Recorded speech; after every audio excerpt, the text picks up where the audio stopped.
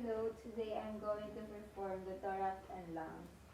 The purpose of this assessment is to detect abnormalities of the thorax and lungs and for early detection of respiratory illness. And the goal of this assessment is the assessment is completed without the patient experiencing anxiety or discomfort.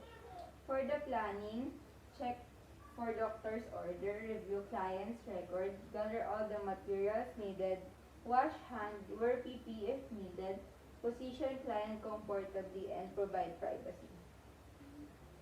So for the implementation, hi ma'am, I am Abigail Torres, your student nurse from La Consolacion University of the Philippines. May I know your name, age, and birthday? Imelda Torres, 50 years old, September 11, 1973. So first, we need to do the hand hygiene.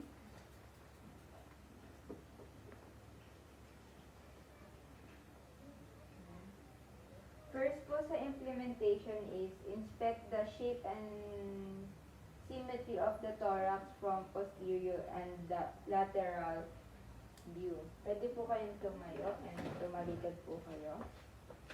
Ayan. Observe po natin. Gilid po kayo. Ayan. Pwede po pataas ng kamay. Ayan. Kabila po. Kabilang gilid po. Harap po kayo. Ayan. Taas. Ito po.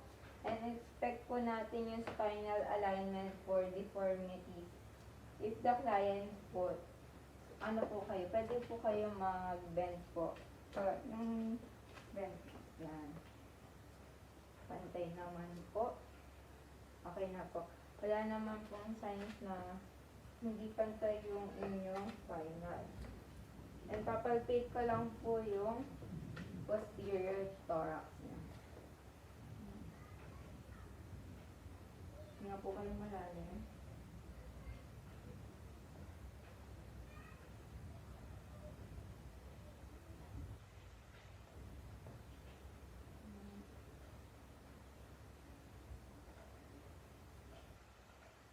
Ayan na po. Next po is palpate the posterior thorax for thoracic expansion. Palikod po.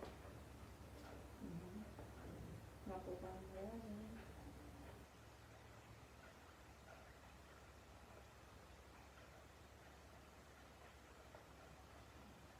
Okay naman po. Palpate the thorax for primitus and the faintly perceptible vibration felt through the chest wall when the client speaks. Pwede po kayo magsalita. Salita po kayo. 1, 2, 3. Thank you po. Ngayon po, papercast po natin yung thorax.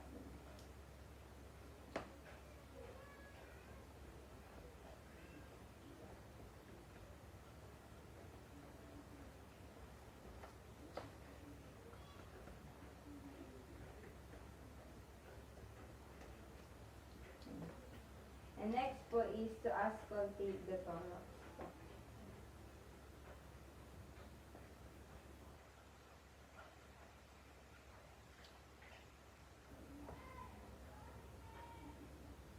Inhale, exhale po kayo.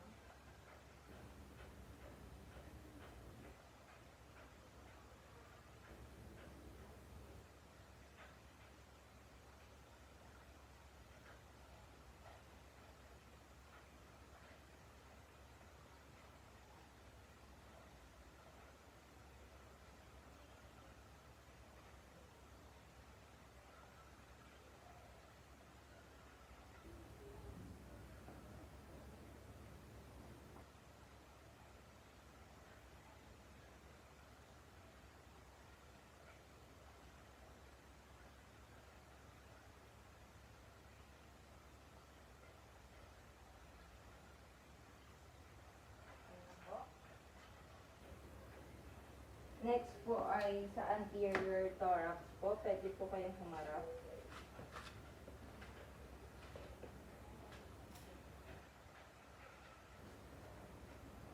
Inspect po natin yung breathing niyo po.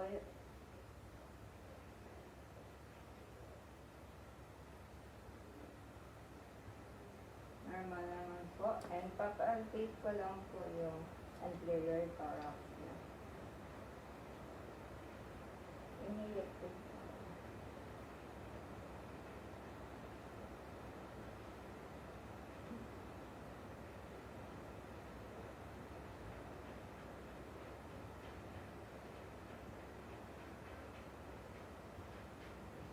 Papalpate ko naman po for respiratory expansion.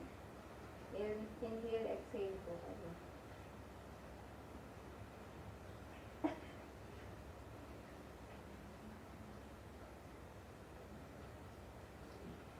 Next po is to percuss po natin yung thorax po systematically.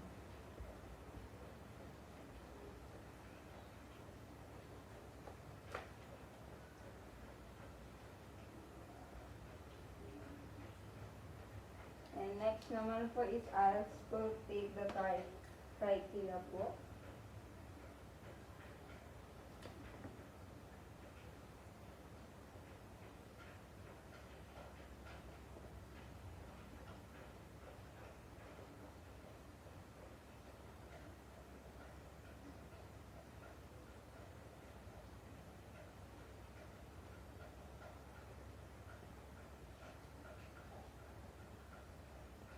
And next po is auscultate the anterior thorax. Inhale, exhale po.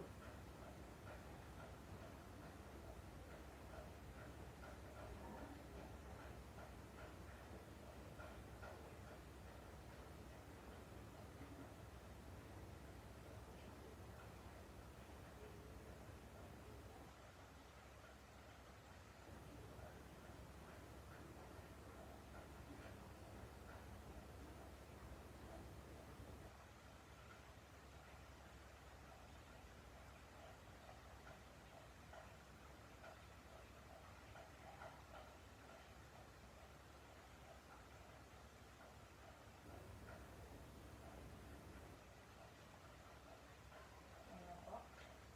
Thank you po. Okay. Pwede na po kayong umupo.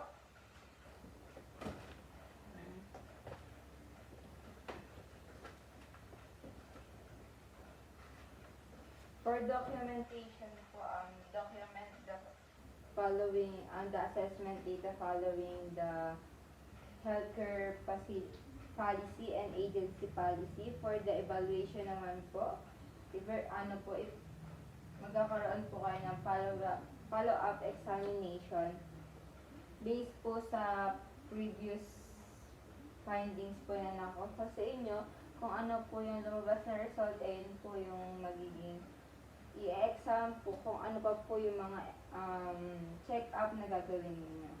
And i-report na po sa the division sa primary care provider kung ano po yung mga findings na nakuha sa inyo. Thank you po. Thank you.